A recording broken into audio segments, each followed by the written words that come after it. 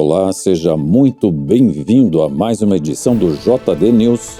Enquanto você assiste, deixe seu like. Não se inscreveu ainda? Por favor, sinta-se à vontade e compartilhe com os amigos e familiares. Vamos agora direto para as notícias. O presidente eleito dos Estados Unidos, Donald Trump, defendeu um cessar-fogo imediato e negociações entre a Ucrânia e a Rússia, para acabar com o que chamou de a loucura da guerra no leste europeu. As declarações de Trump levaram o presidente ucraniano Zelensky e o Kremlin a rapidamente listarem suas condições para uma eventual trégua.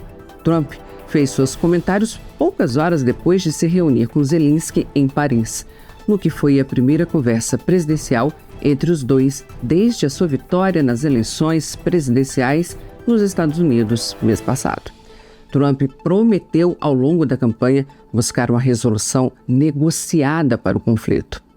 Abre aspas. Zelensky e a Ucrânia gostariam de fazer um acordo e parar com a loucura.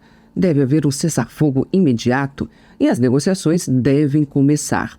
Eu conheço bem o Vladimir Putin, presidente da Rússia, e esse é o momento dele agir. A China pode ajudar. O mundo está esperando, concluiu Donald Trump. E nem tudo está perdido. O Senado manteve a isenção de impostos para carnes e queijos na reforma tributária. Outros produtos também terão redução tributária com desconto de 60% na contribuição sobre bens e serviços. O texto foi apresentado na Comissão de Constituição e Justiça e submetido à votação no colegiado na próxima quarta-feira, dia 11. Inicialmente, o governo havia prometido e proposto uma cesta básica composta por 15 itens, incluindo arroz, feijão, pão e leite.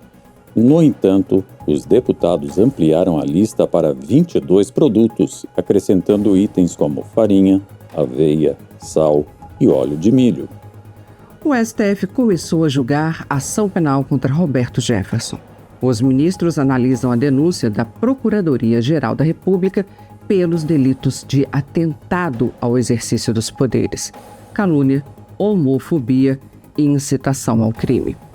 O ministro Alexandre de Moraes votou para condenar o ex-deputado federal a 9 anos, 1 mês e 5 dias de prisão pelos delitos de atentado ao exercício dos poderes, calúnia, homofobia e incitação ao crime.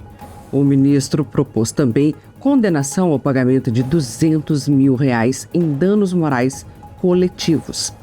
Na acusação, o Ministério Público listou entrevistas em que o político teria incentivado a população a invadir o Senado Federal e a praticar vias de fato contra os senadores.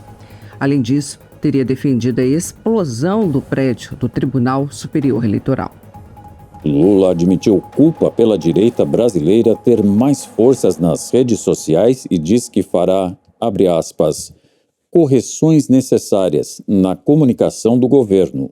O presidente petista comentou as dificuldades da esquerda em dialogar com o eleitorado no universo digital, mas direcionou críticas à comunicação do governo como um todo. O plenário do Senado analisa essa semana o projeto de lei que regulamenta a inteligência artificial no Brasil. Na semana passada, o texto foi aprovado pela Comissão Temporária sobre Inteligência Artificial e ainda teve a urgência referendada pela Casa. Se o plenário aprovar a proposta, ela segue para análise da Câmara dos Deputados, que só deve iniciar as discussões em torno do tema em 2025. Relatada pelo senador Eduardo Gomes, do PL, o texto pretende criar um marco regulatório para as inteligências artificiais.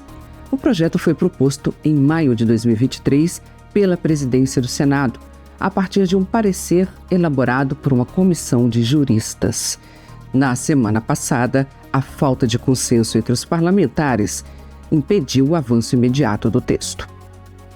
O governo reconheceu que o preço para aprovar o pacote fiscal aumentou no Congresso.